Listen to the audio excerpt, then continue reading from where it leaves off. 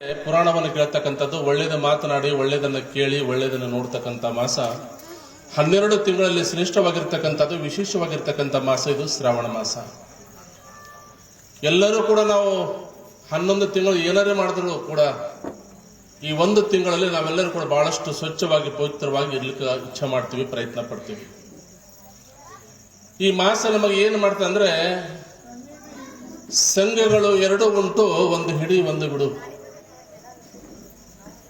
ಮನುಷ್ಯನಿಗೆ ಶ್ರಾವಣ ಮಾಸ ಕಲಿಸಿಕೊಡ್ತದೆ, ಸಂಘಗಳು 2 ಅದಾವಪ್ಪ, ನೀನು ಒಂದನ್ನು ಹಿಡಿ ಒಂದನ್ನು ಬಿಡು.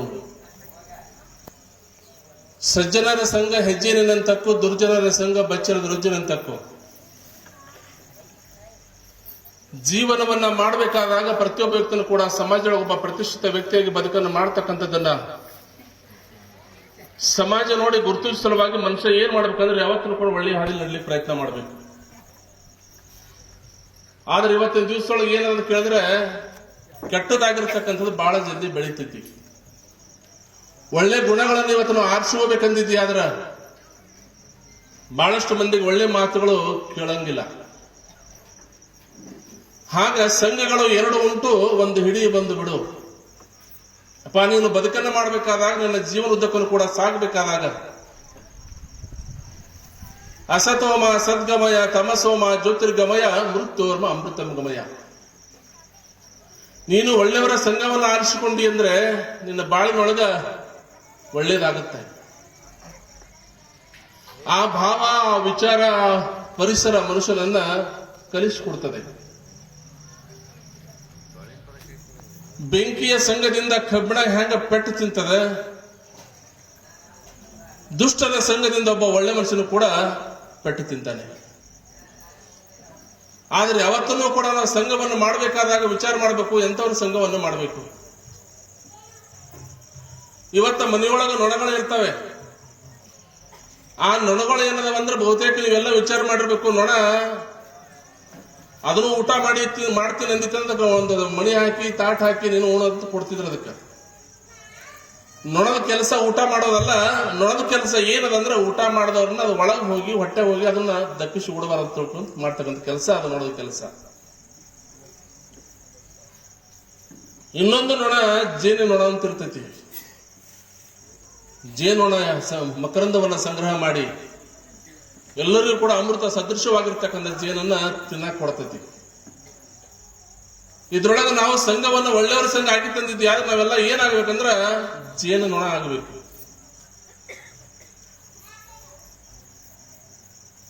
ಮನೆಯಾಗಿರ್ತಕ್ಕಂಥ ನೊಣ ಎಲ್ಲಿ ಬೇಕಾದಲ್ಲಿ ಕುಂತಿರ್ತದ, ನೋಡಿದ್ರೆ ಅದಕ್ಕೆಲ್ಲ ಹೊಡಿತಾರ. ಅದಕ್ಕೆ ಕುಂದಿರಬಾರ್ದಂತ ನೋಡಿದೆಲ್ಲ ಹೊಡಿತಾರ. ಆದ್ರೆ ಸಂಘಗಳು ಏನದವಂದ್ರೆ ಮನುಷ್ಯನಿಗೆ ಒಳ್ಳೆ ಹಾದಿಯನ್ನು ತೋರಿಸ್ತದೆ. ಒಂದು ಸಲ ಒಬ್ಬ ಮಂಗಿ ಆಡಿಸ್ತಕ್ಕಂಥ ಮನುಷ್ಯ, ಕೋತಿ ಆಡಿಸ್ತಕ್ಕಂಥ ಮನುಷ್ಯ ಹಳ್ಳಿ ತಿರುಗಾಡಿ ಕೋತಿ ಆಡಿಸಿದ್ದ. ಕೋತಿಯನ್ನ ಆಡಿಸ್ಬೇಕಾದಾಗ ಅವನ ಸಂಗಾಟ ಕೋತಿ ಒಂದಿತ್ತು, ಹೋತ ಒಂದಿತ್ತು.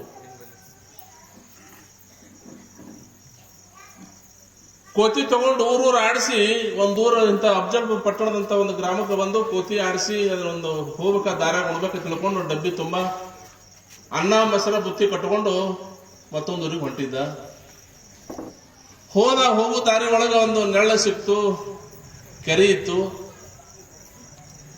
ಊಟ ಮಾಡೋ ಸಲುವಾಗಿ ಬುತ್ತಿ ಅಲ್ಲೇ ಇಟ್ಟ, ಹೋತಾನ ಕಟ್ಟದ, ಕೋತಿನ ಕಟ್ಟದ. ಹೋತಾನ ಕಟ್ಟದ, ಕೋತಿನ ಕಟ್ಟಿ ಕೆರೆಯೊಳಗ ಮುಖ ತೊಳ್ಯಾಕಂತ ಕೆರೆಗೆ ಹೋದವ. ಹೋಗಿ ನೇನು ಮುಖ ತೊಳ್ಕೊಂತಿದ್ದ. ತೊಳ್ಕೋಬೇಕಾದಾಗ ಮೊದಲೇ ಕೋತಿ ಹಗ್ಗ ಹಿಡಿದ ಜಗ್ಗಿ ನೋಡ್ತದ. ಹಗ್ಗ ಹಿಡಿದ ಜಗ್ಗಿ ನೋಡ್ತು. ಹಗ್ಗ ಬಾಳ ಉದ್ದು ಬಿಟ್ಟು ಕಟ್ಟಿದವ. ಇಲ್ಲಿ ತನಕ ಬಂತ ಹಗ್ಗ ಅಂದ್ರೆ ಅದು ಮೊಸರ ಅನ್ನೋದು ಡಬ್ಬಿ ತನಕ ಬಂತ ಹಗ್ಗದು. ಅಲ್ಲಿ ತನಕ ಬಂದು ಎಲ್ಲ ಮೊಸರ ಅನ್ನ ಎಲ್ಲಾನು ತಿಂದು ಖಾಲಿ ಡಬ್ಬಿ ಹೋತಿನ ಮುಂದೆ ಒಕ್ಕಟಿ ಕೈಗೆ ಹಚ್ಚಿದ ಮುಸ್ರಿ ಹೋತಿನ ಮೂಗಿನ ಮೇಲೆ ಒರೆಸ್ತದ. ಹೋತಿನ ಮೂಗಿನ ಮೇಲೆ ಒರೆಸಿ ಹೋತಿನ ಕಡೆ ಬೆನ್ನ ಮಾಡಿ ದೂರ ಕುತ್ಕೊಂತದ.